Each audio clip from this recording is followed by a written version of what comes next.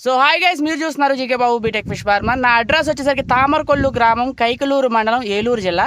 పాతదైతే కృష్ణా జిల్లా. తామరకొల్లు గ్రామంలో నేనైతే ఉండమే జరుగుతుంది. ఈ రోజు విషయం గురించి అయితే మనం మాట్లాడుకుందాం. చెరువు తయారీ విధానం గురించి అయితే మనం మాట్లాడుకుందాం. First pond preparation. ఇప్పుడు ఆల్రెడీ 5 రోజుల నుండి అయితే చెరువు ప్రిపరేషన్ అయితే చేయడం జరుగుతుంది. సో ఈ రోజు చూడండి, చెరువు ప్రిపరేషన్ భాగంగానే సో పొటాష్ అయితే ఇవ్వడం జరుగుతుంది. ఒకసారి చూడండి, ఇది పొటాష్, ఇది ఎర్రగా కాపాడుతుంది కదా, అది పక్కన పోగెళ్ళే ఉంది కదా. సో పొటాష్ అయితే ఈరోజు చెరువు ప్రిపరేషన్ భాగంలో పొటాష్ అయితే ఇవ్వడం జరుగుతుంది.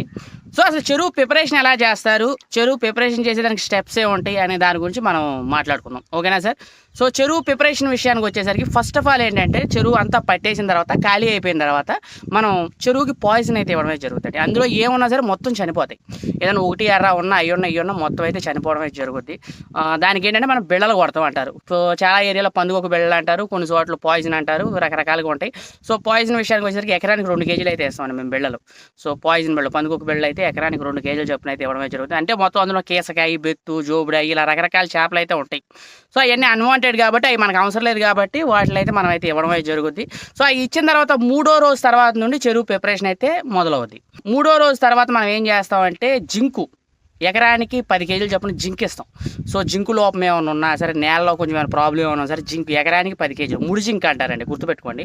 మీరు ప్రిపరేషన్ చేసేటప్పుడు జింకు ఎకరానికి 10 కేజీలు, ఎన్ని ఎకరాలు అయితే అన్ని 10 కేజీలు. ఓకేనా? ఒక ఎకరానికి ఎంత ప్రిపరేషన్ అయితే ఇవ్వాలో, ఎంత క్వాంటిటీలో నేను ఇవ్వాలో చెప్తాను. దాన్ని బట్టి మీకు ఎన్ని ఎకరాలు ఉంటే అన్ని ఎకరాలు పాండ్ ప్రిపరేషన్ చేసుకోండి. జింక్ అయిపోయిన తర్వాత జిప్సం ఎకరానికి కట్ట, ఎన్ని ఎకరాలు అయితే అన్ని కట్టలు, 50 కేజీలు అనమాట కట్ట. కొన్నిసార్లు 50 కేజీలు ఉంటాయి, 55 కేజీలు, 60 కేజీలు అలా వస్తూ ఉంటాయి. సో వాటి గురించి ఇబ్బంది అనేది, ఎకరానికి కట్ట కింద మనం అయితే ఇచ్చేసేయండి. సో ఈ 2 కలిపి ఒకే రోజు ఇచ్చేసుకోవచ్చు. తర్వాత ఇది నీళ్ళలో కలపవసరం లేదు, డైరెక్ట్ కొట్టేసేయండి. జింకును జిప్సం ఈ 2 కలిపేసుకుని పైన డైరెక్ట్ నీళ్ళకి ఇచ్చేసేయండి, నేలకి ఇచ్చేయండి అనమాట. సో మనం నేలకి ఇచ్చేస్తాం, నీళ్ళు ఏం కలుపుకోవడం అవసరం.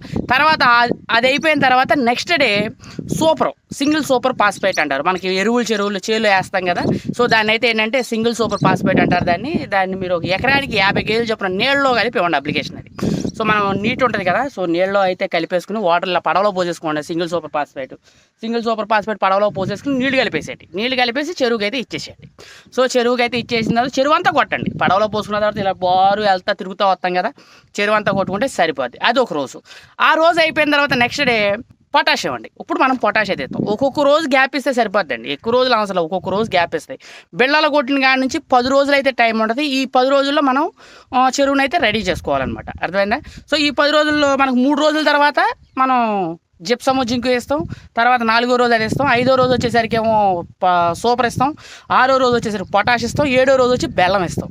సో బెల్లం ఎకరానికి వచ్చేసరికి 10 కేజీలు, కొంచెం లోతు ఎక్కువ ఉంది అని అనుకుంటే ఇంకొక 5 కేజీలు బెల్లం అయితే ఇచ్చుకోండి. సో ఇది కూడా అయిపోయిన తర్వాత ఏంటంటే, మనకి పాత చెరువు అనుకోండి, చెరువు చాలా పాతది, ఎప్పుడు నుంచో ఉంది, అయితే మనకి ఏంటంటే జిల్లెట్ ఐడియా ఉంటుంది కదా, జిల్లెట్ అయితే ఇచ్చుకోండి. ఏంటంటే బాటం గీయటం మొత్తం క్లియర్ అవుద్ది. అన్నీ ఇచ్చిన తర్వాత లాస్ట్ ఇచ్చుకోండి, లేదంటే అవసరం లేదు. చేపల చెరువుకి పెద్దగా అవసరం లేదు, ఇచ్చుకుంటే మంచిది. సో అర్థమైందా? సో జిల్లెట్ కూడా ఇచ్చుకున్న తర్వాత మనం ప్రిపరేషన్ అయితే పాండ్ ప్రిపరేషన్ అయితే కంప్లీట్ అయితే అవడం అయితే జరుగుతుంది. ఇది మొత్తం జరుగుతాకి మీరు బిళ్ళలు కొట్టిన కానీ 10 రోజుల టైం అయితే ఉంటుందండి. 10 రోజుల వరకు మీరు ఎలాంటి పిల్ల అయ్యొద్దు, ఎందుకంటే ఆ పాయిజన్ ఎఫెక్ట్ 10 రోజులు ఉంటుంది. నేను చెప్పేది ఇది మొత్తం చేపల చెరువు ప్రిపరేషన్ గురించి అయితే చెప్పడమే జరుగుతుంది. సో నేను చేసే పద్ధతేనండి, నేను కొత్తగా ఏం చెప్పట్లా. నేను ఏ అయితే చేస్తున్నానో నేను చేసేది మాత్రమే చెప్తున్నా. నాకు వర్కౌట్ అవుతుంది, మీకు కూడా వర్కౌట్ అవుతుంది. ఓకేనా? 10 రోజుల గ్యాప్ అయితే ఉండాలి. అప్పుడు దాకా మీరు పిల్లయ్యొద్దు. 7వ రోజు 8వ రోజు వాటర్ టెస్ట్కి తీసుకెళ్ళండి. వాటర్ టెస్ట్కి తీసుకెళ్ళిన తర్వాత pH ఎలా ఉందో చెక్ చేసుకోండి. అలాగే అమోనియా ఏమైనా ఉందేమో చెక్ చేసుకోండి. వాటర్లో అమోనియా ఉన్న నేలలో మనం జిల్లెట్ ఇస్తే అమోనియా అయితే పోవడం అయితే జరుగుద్ది. సో అర్థమైందా? అలాగే నైట్రేట్ ఉంటుందండి, మనం టెస్ట్ చేసినప్పుడు నైట్రేట్ కూడా ఉంటుంది. నైట్రేట్ కొంచెం ఏమాత్రం ఉన్నా సరే, నైట్రేట్ వల్ల ఏమొస్తుందంటే ఇబ్బంది ఏంటంటే, మనకి మొటాలిటీ వస్తుంది. మొటాలిటీ అంటే 1 పీసు 2 పీసులు చచ్చిపోవడం అయితే జరుగుతుంది. దానికి నైట్రేట్ తగ్గించడానికి కారణం ఏంటంటే ఉప్పు. మనం ఎకరానికి ఒక 50 కేజీలకు ఒక కట్ట చొప్పున ఉప్పు కడితే నైట్రేట్ అయితే తగ్గుద్ది. ఓకేనా? మనం బిళ్ళలు కొట్టిన తర్వాత అన్నీ చనిపోతాయి కదా, వాటర్లో ఉన్న క్వాలిటీస్ మొత్తం మంచి కూడా చేపకు పనికొచ్చే కూడా చనిపోతాయి. అవన్నీ మళ్ళీ మనం తయారు చేయాలి కదా. తయారు చేసిన తర్వాత చేప అయితే మనం వేసుకోవాలి. ఇంకో విషయం, ఇదంతా అయిపోయిన తర్వాత మళ్ళీ ఓపిక ఉంటే మీరు ఎకరానికి కేజీ చొప్పున ఈస్టు, ఎకరానికి కేజీ, 2 ఎకరాలు అయితే 2 కేజీలు, 3 ఎకరాలు అయితే 3 కేజీలు. సో ఒక ఎకరానికి అయితే చెప్తున్నా, ఎకరానికి 1 కేజీ ఈస్టు తీసుకుని మీరు నీళ్ళలో అయితే పోసి ఒక డబ్బాలో, పడవలో అయితే నానేయద్దు, ఒక డబ్బాలో, ఒక 200 లీటర్ల డబ్బాలో కానీ 100 లీటర్ల డబ్బాలో కానీ ఈస్ట్ అయితే వేసి, ఒక 3 కేజీలు బెల్లం, ఒక 3 కేజీలు వేరుశెనగ చెక్క, 3 కేజీలు తౌడు, ఓకేనా. ఈ 4 కలిపి ఒక 2 రోజులు ఊరబెట్టండి. అవి మంచి స్మెల్ అయితే రావడం అయితే జరుగుతుంది. అదేంటంటే చెరువులో బలం లేకపోయినా సరే, దమ్ము లేకపోయినా సరే, వాటర్ క్వాంటిటీ తక్కువ ఉన్నా సరే అవి మొత్తం తయారయ్యి మనకి మంచి గ్రోత్లు ఇవ్వడానికి అయితే అవకాశం అయితే ఉంటుంది. మనం ఎప్పుడు వాటరే ఎందుకు టెస్ట్ చేస్తామంటే వాటర్లో గ్రోత్లు ఉన్నాయా లేదా అనేది కూడా ఉంటుంది. ఎల్కనిటీ అని అంటారంట దాన్ని. సో ఎల్కనిటీ పవర్ మనకి 170 నుంచి పైన ఉంటుంది. 170 నుంచి 250, 270 దాకా ఉంటుంది. సో 200, 150 అంటే గ్రోత్లు బాగున్నట్టు అనమాట. ఎల్కనిటీ అనేది కూడా ఉంటుంది.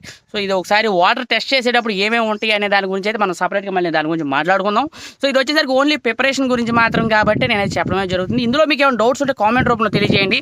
అలాగే మన దగ్గర శీలావతి కట్ల చేపలు అయితే అవైలబిలిటీగా ఉందండి. పాత పిల్ల అయితే అవైలబిలిటీగా ఉంది మన దగ్గర. 4 అంగుళాలు, 5 అంగుళాలు, 6 అంగుళాలు పాత పిల్ల అయితే ఉంది. 2 సంవత్సరాలు పాత పిల్ల అయితే ఉంది. నా దగ్గరకు వచ్చే ముందు కస్టమర్ రివ్యూస్ ఉన్నాయి సార్. ఆ రివ్యూస్ చూసి మీరు నా దగ్గర చేపలు అయితే బుక్ చేసుకోవచ్చు. ఆన్లైన్లో 100% జెన్యూన్ పర్సన్. ఓకేనా. మీకు ఎలాంటి ఇబ్బంది ఉండదు. చేపలు మనం ఇలా బుక్ చేసుకుంటే ఇవాళ మరి మీరు బుక్ చేసుకునే అడ్వాన్స్ అయితే తెల్లారి పట్టుబడి అంటే తెల్లారి పట్టుబడి ఉంటుంది మన దగ్గర.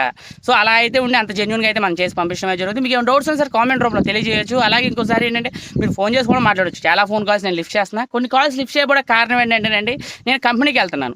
సో నేను కూడా ఫీడ్ బ్యాటరీలో అయితే పనిచేయడం అయితే జరుగుతుంది. సో ఆ కంపెనీకి వెళ్ళినప్పుడు ఏంటంటే కొన్నిసార్లు మనకి కొన్ని వర్క్లు అయితే ఉంటాయి కదా, దాని మనకు ఫోన్ అయితే ఎలా ఉండదు లోపలికి. అందుకే ఒకవేళ నేను ఫోన్ లిఫ్ట్ చేయలేదంటే కంపెనీలో ఉన్నానని అర్థం, లేదంటే వేరే వర్క్లో ఉన్నానని అర్థం. సో మళ్ళీ వచ్చిన తర్వాత కాల్ బ్యాక్ చేయడమే జరుగుతుంది. నాకు వాట్సాప్లో టచ్లోకి రండి. అలాగే ఇంకో మీరు ఫోన్ చేసినప్పుడు నేను మాట్లాడుతున్నది జరుగుద్ది. ఒకసారి లిఫ్ట్ చేయబడిన మళ్ళీ నేను కాల్ బ్యాక్ చేస్తానండి. ఒకవేళ మర్చిపోతే మళ్ళీ నెక్స్ట్ టైం చేయండి, ఇబ్బంది పడొద్దండి. సో ప్రతి ఒక్క రైతుకి నేను అందుబాటులో ఉండడం అయితే జరుగుతుంది.